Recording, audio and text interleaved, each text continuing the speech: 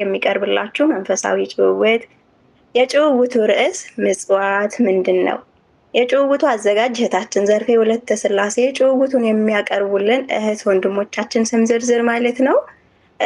ዘርፌ ወለተ ስላሴ እንደ ኢየሩስ፣ ትዕግስት ወለተ ትንሣኤ እንደ መሰረት፣ ፍቅር አጸደ ማርያም እንደ ሃይማኖት፣ ወርቅ ወለተ ኪሮስ እንደ ቅድስት በጋራ በመሆን ጭውውቱን የሚያቀርቡልን ይሆናል። በጥሞና እንድታዳምጡን በትህትና እንጠይቃለን። አብራችን ቆዩ።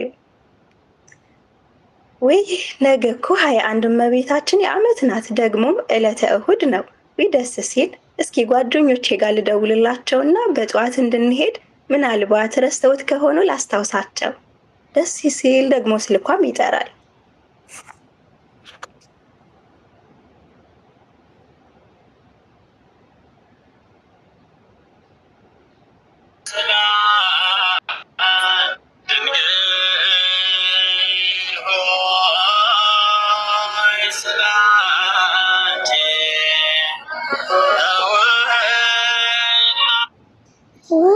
የጠራ ማን ነው የሚደውለው?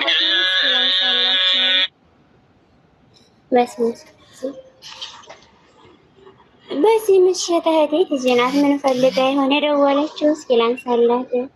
እህቴ ትጂ እንዴት ዋልሽ? እህት አለምዬ በሰላም ነው በዚህ ምሽት የደወልሽው? እግዚአብሔር ይመስገን። ኢየሩስ እንዴት ነሽልኝ? ውዴ ሳትቀድሚኝ እንኳንም አደረሰሽ። ነገ እመቤታችን የዓመት ነች፣ ደግሞም ዕለተ ሰንበት ነው። እረስተሽው እንደሆነ እኮ ላስታውስሽ ብዬ ነው በጠዋት እንድንሄድ። አሜን፣ እግዚአብሔር ይመስገን። በእውነት እንኳን አብሮ አደረሰን አደረሳችሁ።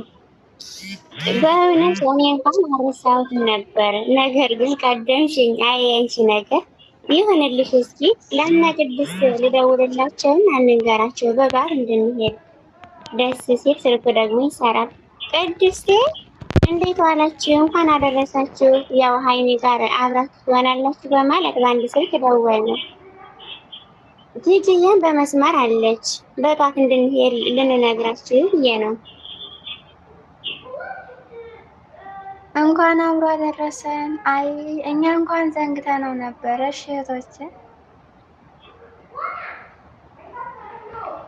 አረ ቆይ የዓመቷ ነው ስትል ሰማሁኝ። ሰኔ 21 ምን የተደረገበት ነው? ለምን ይከበራል? እኔ ስለማላውቀው ነው። እስኪ አስረዱኝ። እሺ እህት አለሜ እንዴት ናችሁ? እንኳን አደረሳችሁ። ስለ ጥያቄሽ ቃለ ሕይወትን ያሰማልን። ሰኔ 21 ቀን በኢትዮጵያ ኦርቶዶክስ ተዋሕዶ ቤተክርስቲያን የእመቤታችን የቅድስት ድንግል ማርያም ዓመታዊ ክብረ በዓል ቀን ነው። ወይም በተለየ ሕንጸተ ቤተ ክርስቲያንና ሰኔ ጎልጎታ በመባል የታወቀ ነው። ይህ በዓል በዋናነት የሚከበርበት ምክንያት አንደኛ የመጀመሪያዋ ቤተ ክርስቲያን መታነጽ፣ ጌታችን ኢየሱስ ክርስቶስ በፊልጵስዩስ ቄሳርያ እመቤታችን በክብር አክብሮ ራሱ ያለ እጅ ጥበብ ወይም ያለ ሰው እገዛ የመጀመሪያ ቤተ ክርስቲያን በስሟ የታነጸበት ታሪካዊ ቀን ተደርጎ ስለሚወሰድ ነው። ጸጋዋን ያብዛላችሁ። ሁለተኛ ደግሞ የሰኔ ጎልጎታ ምስጢር ነው። ጌታችን መድኃኒታችን ኢየሱስ ክርስቶስ በዕለቱ ራሱ ቀድሶ ለሐዋርያት ቅዱስ ቁርባንን የሰጠበት ዕለት ነው። እንዲሁም ከአጽናፈ ዓለም እስከ አጽናፈ ዓለም በእናቴ ስም ቤተክርስቲያን ታንጻለች ብሎ ትእዛዝ የሰጠበት ታላቅ ዕለትም ነው። ከእመቤታችን ከቅድስት ድንግል ማርያም 33 በዓላት አንዱ ነው። ሕንጸተ ቤተ ክርስቲያን በመባል ይታወቃል። የመጀመሪያዋ ቤተ ክርስቲያን የታነጸው በዛሬዋ ቀን ነው። በተረፈ ደግሞ ነገ ቤተ ክርስቲያን አባቶች በሰፊው ያስተምሩናል። እሺ ቃለ ሕይወት ያሰማልን። በዚሁ ማወቅ የምፈልገው ነገር ግን አለኝ። ያን ምን መሰላችሁ? ከኛ ሰፈር በ21 እመቤታችን ሁል ጊዜ ዝክር ይዘክራሉ። ግዴታ ነው። ግዴታ ደግሞ ቤተ ክርስቲያን ትሄዳለች። እንዲሁም የታመሙ ሰዎችን በየቤታቸው እንጀራና ጠላ ትወስዳለች። ለምንድን ነው ግዴታ እንደዛ መደረግ አለበት? ወይስ በዛ ላይ ቤታቸው ሀብታምም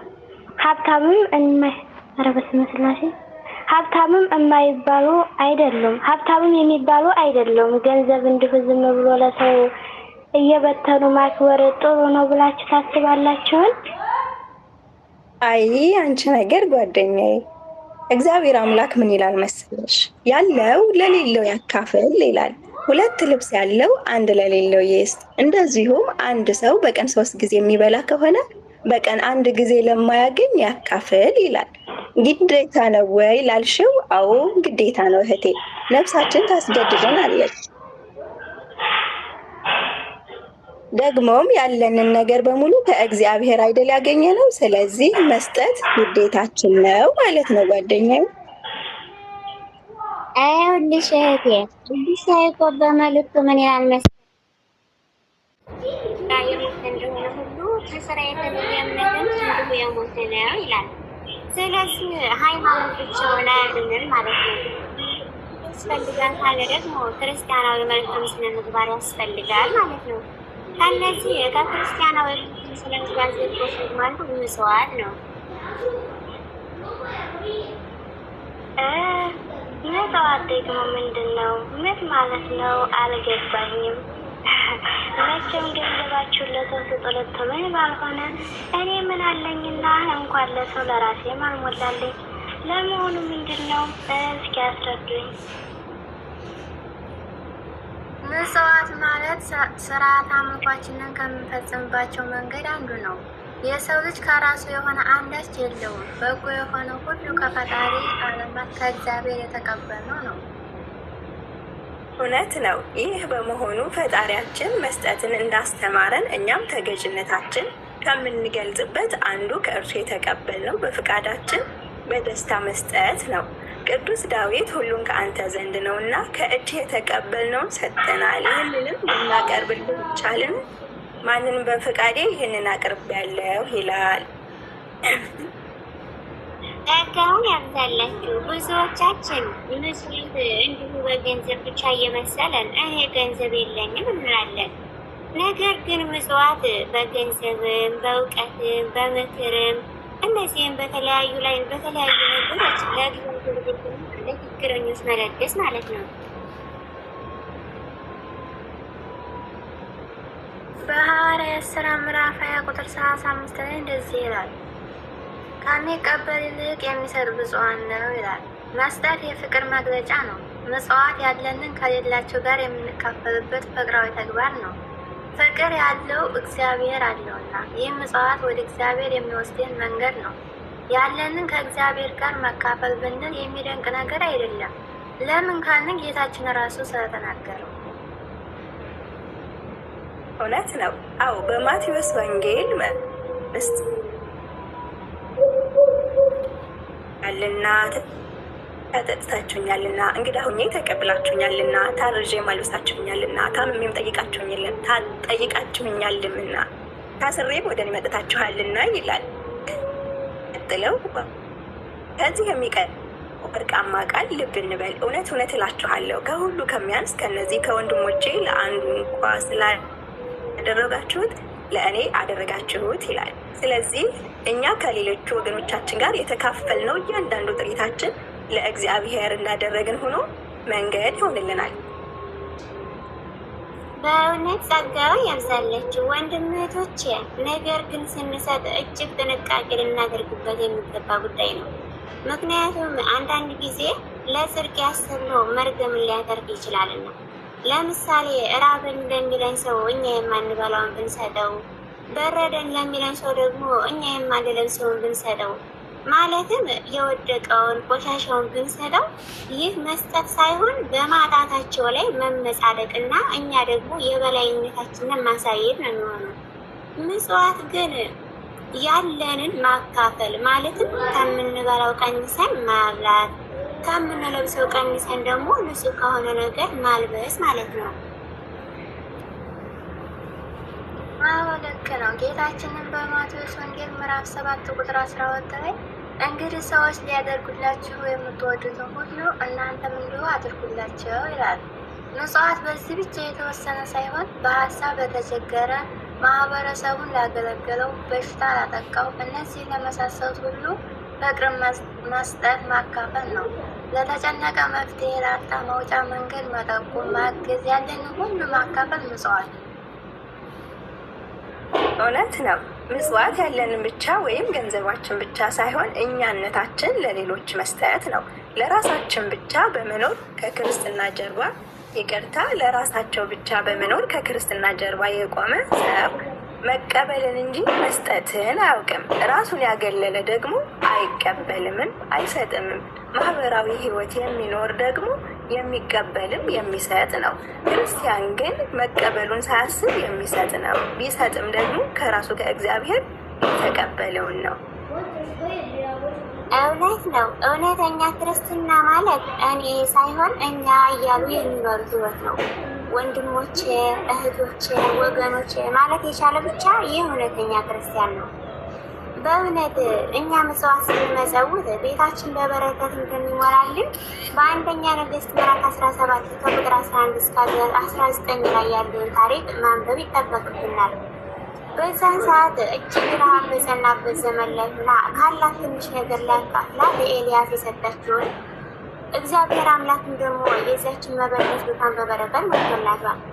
ታዲያ እሷ የሰጠችው የተረፋትን ወይም ደግሞ የማትፈልገውን አይደለም። እናሳ ካልን ልጇን እነሷ በልተውት ለሞት የተዘጋጁበት ጥቂት ዱቄት ከፍላ እንጎቻ አድርጋ ለኤልያስ ሰርተዋለች። አያችሁ፣ ማካፈል እኛ ማለት የሚያውቁትን እግዚአብሔር አምላክ ደግሞ በበረከት ይጎበኛቸዋል ማለት ነው። ጌታችንን በሉቃስ ወንጌል ምዕራፍ 21 ቁጥር 1 እስከ ቁጥር 4 ላይ ከሁሉ የሚበልጥ ስጦታ እንደሰጠች የመሰከረላት መበለትስ ምን አይነት ስጦታ አቅርባ ይሆን? ይኸውላችሁ ጌታችን ዓይኑን አንስቶ መባቸውን በመዝገብ የሚጥሉ ባለጠጎችን አየ። አንዲትም ድሃ መበለት 2 ሳንቲም በዚያ ስትጥል አየና፣ እውነት እላችኋለሁ ይህቺ ድሃ መበለት ከሁሉ ይልቅ አብልጣ ጣለች። እነዚህ ሁሉ ከተርፋቸው ወደ እግዚአብሔር መዝገብ ጥለዋልና፣ ይቺ ግን ከጉድለቷ የነበራት ትዳሯን ሁሉ ጣለች አሉ። ጸጋውን ያብዛላችሁ። በእውነት እናስተውል። ከዚህ ላይ የምንረዳው መስጠት ከማግኘት ከማትረፍ አይደለም ማለት ነው። ከዚች መበለት በመጠን ብዙ አብልጠው የሰጡ አሉ። ያላትን በመስጠት ግን ይቺ መበለት በለጠች። ምክንያቱም እነርሱ ከተረፋቸው ሰጥተዋልና። የዚች መበለት ተግባር ለራስ ብቻ ሳይሆን ለሌሎችም መኖር የሚያስተምር ነው። ጸጋውን ያብዛለች። እግዚአብሔር አምላክ የስጦታን ብዛት ሳይሆን ምንጩን እንደሚመለከት በደንብ ያስተምረናል። ለጋስነትን ለማሳየት ከሚደረግ እልፍ መስዋዕት በፍቅር የሆነች 1 ሳንቲም ልዩ ስፍራ እንዳላትም ተረድተናል።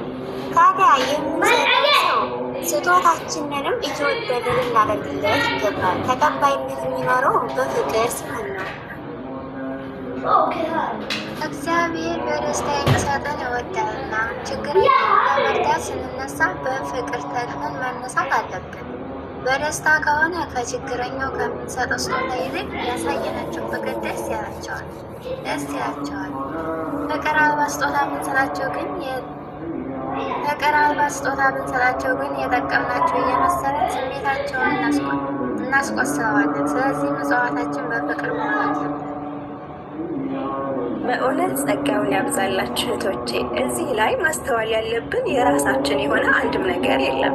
እኛ የእግዚአብሔር ያለንን ከእርሱ ከእግዚአብሔር የተሰጠነው ነው። ለዚህ ነው ጻድቁ ኢዮብ ራቁቴን ከእናቴ ማህፀን ወጥቻለሁ፣ ራቁቴን እንደዚሁ እመለሳለሁ ብሏል። ስለዚህ የእኛ የሆነ ምንም ነገር የለንም ማለት ነው። በእውነት እህት ወንድሞች፣ እኔ በጣም የሚገርመኝ ነገር ምን እንደታውቃላችሁ? እግዚአብሔር አምላክ ድንቅ መካር ኃያል ሲሆን ከእኛ ከደካሞች ግን ስጦታ ሊቀበል መፍቀዱ አይገርማችሁም? በጣም የሚገርመው አቤት ትህትና! ቅዱስ ዳዊት ይህ ነገር ቢገርመው ምን አለመሰላችሁ? እኔ ማነኝ ብሎ ተናገረ። ይደንቃል። እግዚአብሔር አምላክ መስጠትን የሚያስተምረን እኮ እሱ ራሱ ሰጥቶ ነው አይደለም? ህይወትን ሰጠን። የህልውናችን ዋስትና እሱ ነው። ዛሬ ላይ እኛ ያለን ብንሰጥ ህይወታችን ሰጠን ይባላል። ነገር ግን ህይወታችንን ከእርሱ የተቀበልነው አይደለምን?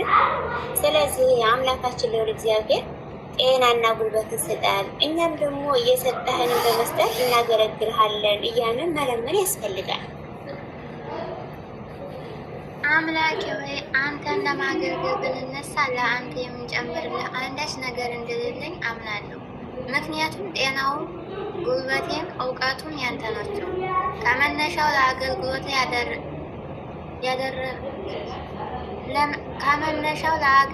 ያደረብኝ ፍቅርህ ከአንተ ነው።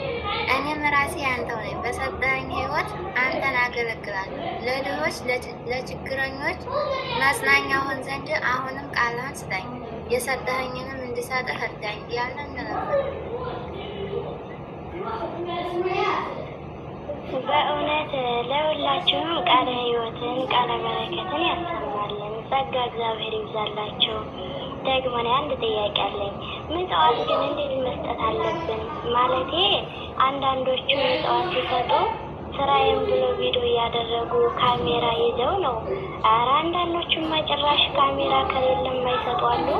እና ይህንስ እንዴት ይሉታል? እስኪ ግልጽ አድርጉልኝ ጓደኞቼ። እሺ ይኸውልሽ፣ ምጽዋት ስንሰጥ አንደኛ ክብር ለመፈለግ መስጠት የለብንም።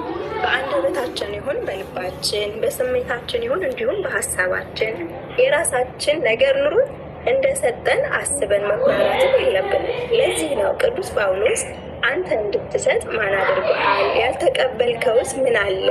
የተቀበልክ ከሆንክ ግን እንዳልተቀበልክ የምትመካ ለምንድን ነው ይላል አንደኛ ቆሮንቶስ ምዕራፍ 4 ቁጥር 7 ላይ። ስለዚህ ስጦታ ሁሉ ከእግዚአብሔር ተቀበለን የምንሰጥ እንጂ የራሳችን እንደሆነ በከንቱ የምንመካበት አይደለም ማለት ነው እህቴ። ጸጋን ያብዛልሽ በእውነት። ሁለተኛ ደግሞ ምጽዋታችን በምስጢር መሆን አለብን። ለዚህ ነው በማቴዎስ ወንጌል ምዕራፍ 6 ቁጥር 4 ላይ አንተ ግን ምጽዋት ስታደርግ ምጽዋትህ በስውር እንዲሆን ቀኝህ የምትሰራውን ግራህ አትወቅ ይላል። በስውር የሚያባትህም በግልጥ ይከፍልሃልና ይላል ደግሞ ጨምሮ። አያችሁ፣ እግዚአብሔር አምላክ ያለን ምጽዋታችንን ከሰዎች እንድንሰውር ብቻ ሳይሆን ከራሳችንም ጭምር ነው የሚያስተምረን። ይህን ያህል ሰጠው፣ ይህን አደረግኩ እያልን በመቁጠርም የለብንም። ይልቁንም ዋጋችንን ሁሉ በምድር እንዳይቀርብን ጥንቃቄ ማድረግ አለብን ማለት ነው። ሶስተኛ ምጽዋታችንን በልግስና መስጠት አለብን። ቅዱስ ጳውሎስ በሮሜ መልእክቱ ምዕራፍ 12 ቁጥር 8 ላይ የሚሰጥ በልግስና ይስጥ ይላል። በሉቃስ ወንጌል ምዕራፍ 6 ቁጥር 38 ላይ ስጡ ይሰጣችኋል፣ በምትሰፍሩበት መስፈሪያ ይሰፈርላችኋል ይላል። እዚህ ላይ ምጽዋት መስጠት ብቻ ሳይሆን ቸር መሆን እንዳለብን የሚያስረዳ ነው። እውነት ነው። እኛም ለተቸገሩ ቸርና ለጋስ መሆን አለብን። እግዚአብሔር አብልጦ እንደሚሰጠን ማመንም አለብን። የምንሻውን የሚሰጥ አምላክ ነው። እናት የልጇን ፍላጎት አውቃ ቀድማ ታደርግለታለች። እግዚአብሔርም ከእኛ የሚጠብቀው ይህንን ነው። እኛም ለወንድሞቻችን ለእህቶቻችን እንደዚሁ ማድረግ አለብን። ጸጋን ያብዛላችሁ። አራተኛ ደግሞ መስዋዕት ለመስጠት ቀጠሮ መያዝ አያስፈልግም። ምክንያቱም በእኛ መዘግየት ለአደጋ የሚጋለጥ ሕይወት ይኖራልና። ለዚህም ነው ጥበበኛው ሰለሞን ይህን በተመለከተ የተናገረውን እናየው። ለተቸገረው ሰው በጎ ነገር ማድረግ ልታደርግለት የሚቻል ሲሆን ወዳጅ ሂድና ተመልሰና ነገ እሰጥሃለሁ አትበለው ይላል በመጽሐፈ ምሳሌ ምዕራፍ 3 ቁጥር 27 ላይ። መልካም። እኔ ግን ብዙም ገንዘብ የለኝም። እሺ እንዴት ነው መስጠት ያለብኝ? እስኪ ንገሩኝ። ይኸውልሽ እህቴ፣ ምጽዋት ብዛት ሳይሆን ጥራት ነው የሚያስፈልገው። እኛ የማንፈልገውን የተረፈንን ሳይሆን ለእኛ ውድ የሆነን ነገር መስጠት መልመድ አለብን። የአገልግሎት ዘመኑ የጨረሰ ልብስ፣ ለመመገብ አስቸጋሪ የሆነ የሻገተ ወይም የደረቀ ምግብ መስጠት የለብንም። ለመመገብ አስቸጋሪ የሆነ የሻገተ ወይም የደረቀ ምግብ መስጠት የተለመደ በሆነበት ዘመን ላይ ስላለን የምናደርገውን ሁሉ ተጠንቅቀን በጥራት መሆን አለበት። በእውነቱ ማስተዋሉን ያድለን እህቶቼ እንጂ እኛ የማንበላው በጤናቸው ላይም ችግር ስለሚያመጣ ነገር አይደል ያመጣባቸዋል አይደል? ታዲያ ወንድም እህቶቻችን ለህመም የሚዳርግ መሆንም የለበትም። ይቅርታ እህቶቼ፣ ይልቁንም ለወገኖቻችን ከምንበላው ማካፈል፣ ከምንለብሰው 2 ልብሶችም አንዱን መስጠት አለብን። የማይጠቅማቸው ብዙ ነገር ከምንሰጣቸው የሚጠቅማቸው ትንሽ ነገር መስጠት ይሻላል። እውነት ነው። በእውነት እግዚአብሔር ማስተዋሉን ያድለን። እግዚአብሔር አምላክ እኮ ለእኔ ያደረጋችሁ ነው አይደል ያለን ነው። የእግዚአብሔርን ቃል እስኪመለስ ብለን እናስተውለው። የምንሰጠው ያነጎት ነገር ለክርስቶስ እንደምንሰጥ መረዳት አለብን። ለምሳሌ የአቤልንና የቃየልን መስዋዕት እንዴት እንደነበረ እንመልከት እስኪ። አቤልም ደግሞ ከበጎቹ በኩራትን መርጦ አቀረበ። እግዚአብሔር አምላክም ወደ አቤልና ወደ መስዋዕቱ ተመለከተ ይለናል በኦሪት ዘፍጥረት ምዕራፍ 4 ቁጥር 4 ላይ። እዚህ ላይ ለምን የአቤልን መስዋዕት መረጠለት ይል? አቤል ካለው ሁሉ መርጦ እየተሻለው ስላቀረበ፣ ስለዚህ መስዋዕታችን ተቀባይነት እንዲኖረው ጥራት ሊሆን ይገባዋል።